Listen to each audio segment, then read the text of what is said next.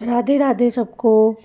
आज मैं आपके लिए लेके आई हूँ class 6 social and political life का एनसीईआरटी बुक का चैप्टर नंबर 3। चैप्टर का नाम है व्हाट इज़ गवर्नमेंट। तो चलिए पहले हम इसके कुछ क्वेश्चंस पे निगाह मार लेते हैं। जैसे फर्स्ट क्वेश्चन है why does every country need a government. Her country को गवर्नमेंट की ज़रूरत क्यों होती है। Next question how many level of government. Where does the local government work? Where does the state government work? Who makes the law for the country? And last question है if a person feel that he was not hired for the job because of his caste or religion, who may he and she approach?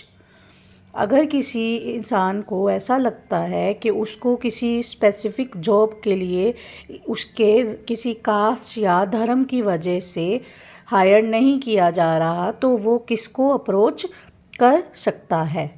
तो चलिए अब हम शुरू करते हैं अपना chapter number 3 what is government. तो जैसा कि दोस्तों आपको पता है कि हर कंट्री को चलाने के लिए डिसीज़न लेने के लिए गवर्नमेंट की ज़रूरत होती है। तो हमारा फर्स्ट क्वेश्चन है why does every country need a government. Answer है every country need a government to make decision and get things done. काम किसी भी प्रकार के काम को करने के लिए और डिसीज़न लेने के लिए गवर्नमेंट की ज़रूरत होती है। जैसे ये डिसाइड करना है कि रोड्स कहाँ पे बनेंगी, स्कूल कहाँ पे बनेंगे, और किसी भी चीज़ का प्राइस जो है अगर वो ज़्यादा बढ़ गया है तो उसे कम कैसे किया जाएगा, इलेक्ट्रिसिटी की सप्लाई कहाँ होगी, एजुकेशन के ऊपर कितना खर्च होगा, कुछ गरीब लोग हैं जो उनको ऊपर उठाने के लिए क्या स्कीम लाई जाएगी। तो ये सब डिसीज़न कौन लेती है, गवर्नमेंट लेती है। The government also has the job for protecting the boundaries of the country and maintain peaceful relation with the other countries.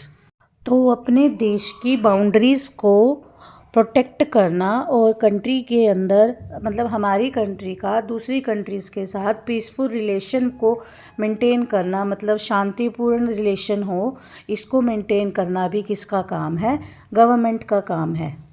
जैसे कभी कभी कोई प्राकृतिक कुछ नुकसान होता है, जैसे सुनामी आती है या अर्थक्वेक आता है, तो जो इफ़ेक्टेड लोग हैं उनका प्रोटेक्ट करना, उनको संभालना भी किसका काम है, गवर्नमेंट का काम है। देश के अंदर कोई क्राइम ना हो, ये भी किसका काम है, गवर्नमेंट का काम है। देखना भाई अगर किसी बंदे ने कोई क्राइम किया है तो उसको कोर्ट ले जाना, उसको पनिशमेंट देना भी गवर्नमेंट का काम है। तो court are also the part of government. तो कभी कभी हमें इस बात का आश्चर्य होगा कि इतने सारे काम जो है वो गवर्नमेंट कैसे मैनेज करेगी। इतने सारे लोग हैं, वो सब इकट्ठे रहते हैं, तो उनको ऑर्गेनाइज़ करना, सब कुछ एक ढंग से चलने के लिए गवर्नमेंट ये सब कुछ कैसे मैनेज करती है। तो इसलिए गवर्नमेंट जो है हमारी कुछ लेवल्स पे काम करती है। तो हमारा नेक्स्ट क्वेश्चन है how many levels of government.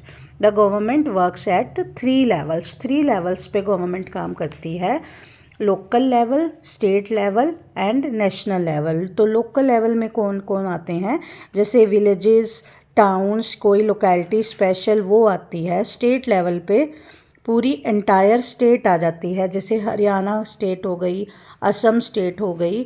और नेशनल लेवल पे जो गवर्नमेंट नेशनल मुद्दों के ऊपर डिसीज़न लेती है। तो हमारा नेक्स्ट क्वेश्चन है where does the local government work.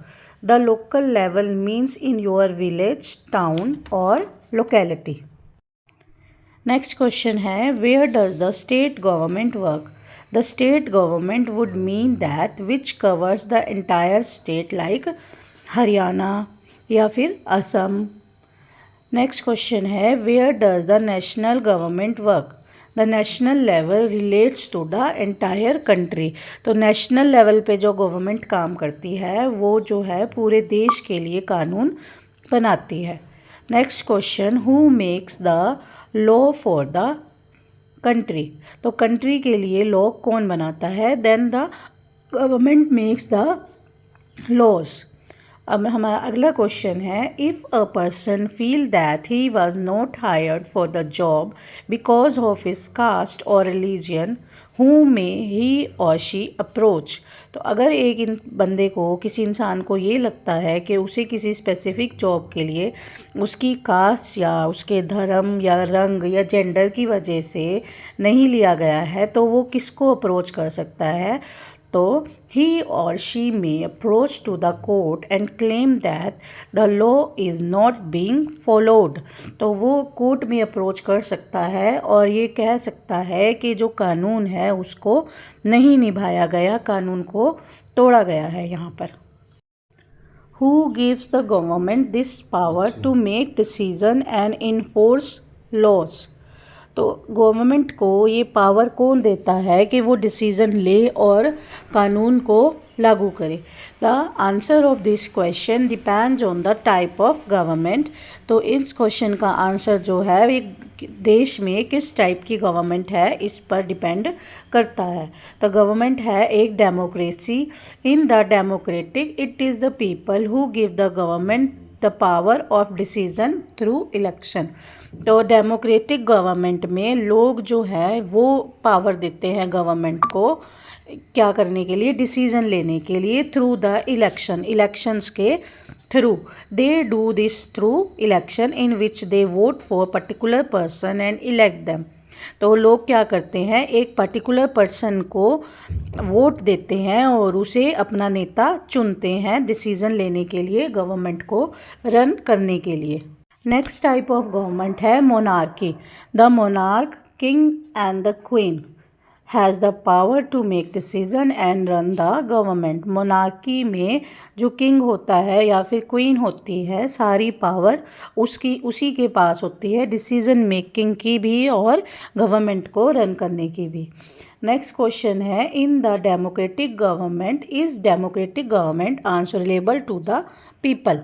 In the democracy, the government has to explain its action and defend its decision to the people। तो डेमोक्रेसी में जो गवर्नमेंट होती है वो लोगों के प्रति जवाबदेही होती है। जो भी उन्होंने एक्शन लिया है, जो भी डिसीज़न लिया है, उन्हें लोगों को बताना पड़ता है कि ये इस कारण से लिया गया है, आंसर देना पड़ता है। और जो मोनार्की है उसमें गवर्नमेंट को, यानी कि जो किंग या क्वीन है, उनको किसी भी तरह के कोई भी एक्शन के लिए, किसी भी रूल के लिए, अपने डिसीजन के लिए लोगों को कोई उत्तर नहीं देना पड़ता।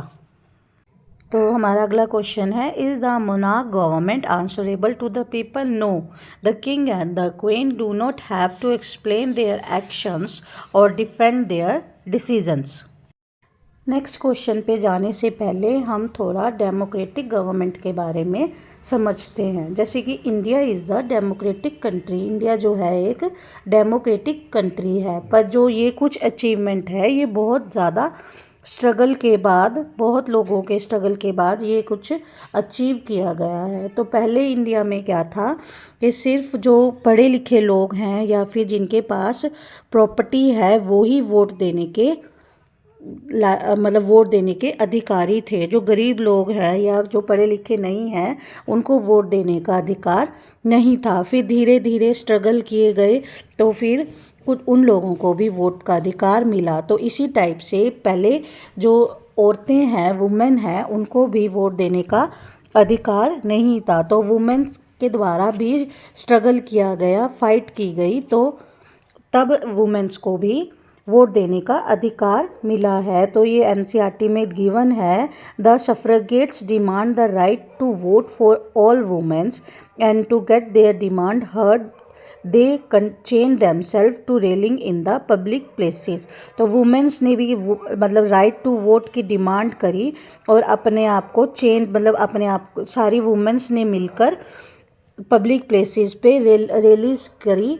कुछ जो है उनको जेल भी हुई, कुछ काफ़ी टाइम के लिए हंगर स्ट्राइक पे चले गए, तब कहीं जाकर वुमेन्स को भी वोट देने का अधिकार प्राप्त हुआ। तो हमारा नेक्स्ट क्वेश्चन इसी बात से रिलेट करता है, what is the women suffrage movement.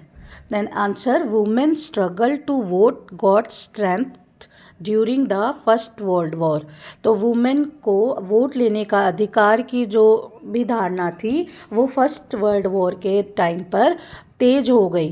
तो this movement is called the women suffrage movement. As the term suffrage का मतलब ही क्या है? Right to vote.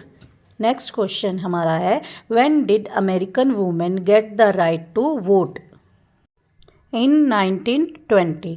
American womens को वोट देने का अधिकार 1920 में मिला. ऐसे ही हमारा नेक्स्ट क्वेश्चन है, when did UK women get the right to vote? यानी कि यूके की वुमेन को कब अधिकार मिला वोट देने का? इन 1928 में मिला. नेक्स्ट क्वेश्चन है, what do you mean by universal adult franchise? तो आंसर है, universal adult franchise refers to the right of every adult citizen of the country to cast one vote in the election irrespective of his caste, class, creed, religion, sex, extra.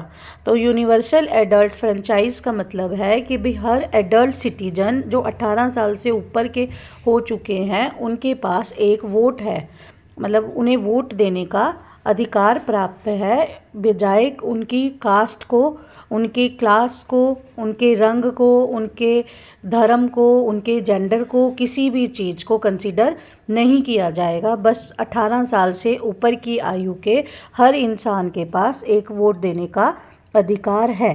तो इसी का मतलब है universal adult franchise. तो यहीं पर हमारा chapter ख़त्म होता है. कुछ 14 क्वेश्चन इसमें से मैं बना पाई हूँ. अगर आप ये रीड कर लेते हैं तो आपका पूरा चैप्टर कंप्लीट हो जाता है. तो लास्ट में मैं आपके लिए लेके आई हूँ एक थॉट जो मैंने भी कहीं से सुनी और मुझे अच्छी लगी, तो आपके साथ शेयर करना चाहूँगी. थॉट है, don't let the fear of losing be greater than the excitement of winning. यानी कि जब जीतने का उत्साह है उसको हारने के डर को उससे बड़ा ना होने दें. मतलब एक हारने का डर हमेशा मन में होता है, तो उसको इतना बड़ा ना होने दें कि भाई हमें जीतने की जो एक्साइटमेंट है उसी को हम छोड़ दें और हारने का डर ज़्यादा बड़ा हो जाए. तो थैंक यू फॉर वॉचिंग, और ऐसे ही वीडियोस के लिए मेरे चैनल को लाइक एंड सब्सक्राइब करना ना भूलें और इसको जितना हो सके उतना शेयर भी कीजिए. Thank you.